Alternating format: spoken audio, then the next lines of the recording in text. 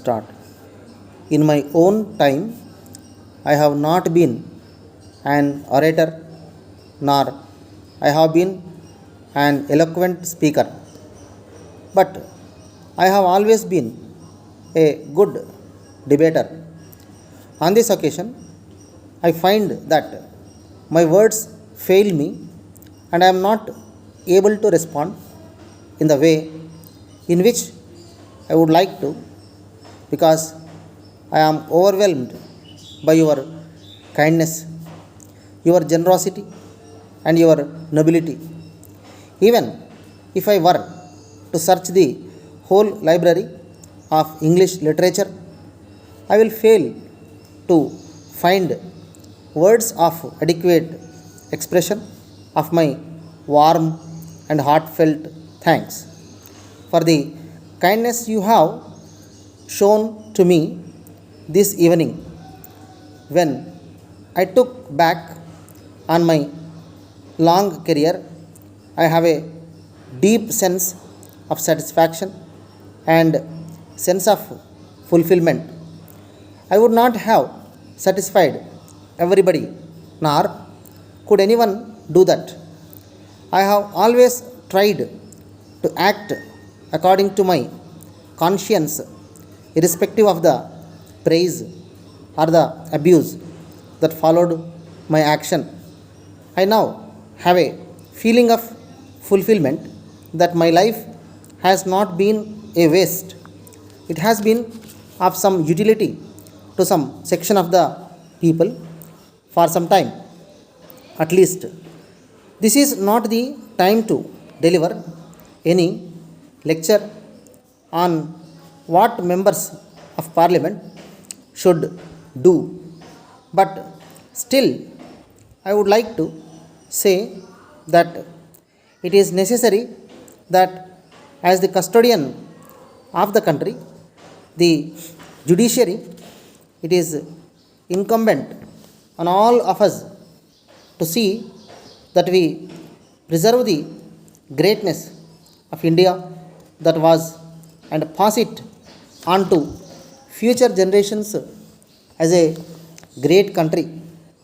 Members of parliament have a great responsibility in that they have to discharge their functions under several constraints, sometimes act according to popular opinion, sometimes even against the popular opinion, where the popular opinion is not correct, but always in tune with the popular sentiments and opinions that prevail at the time.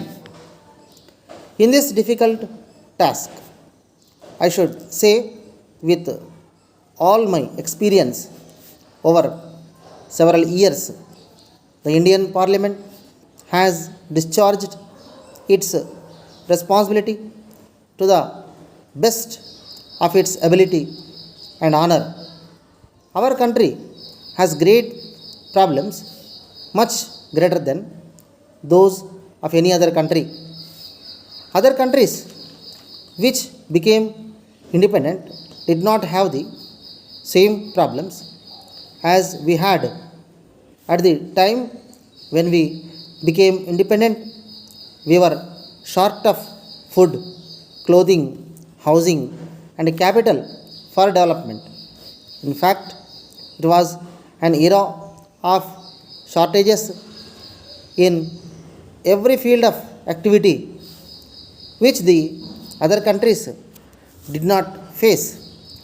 Dear sirs, we have received your letter inquiring the status of your order. You will be glad to know that your order of 10th February has been promptly executed.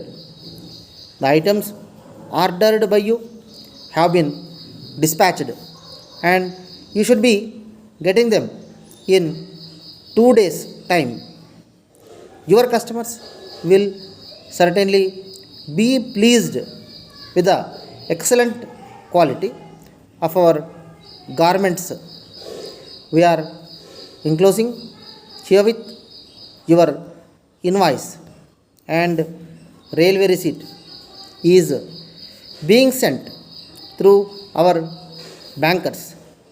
We request you to arrange payment as soon as you receive our order.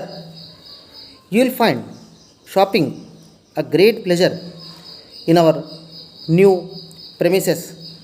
We have also added new varieties to provide a complete range of goods.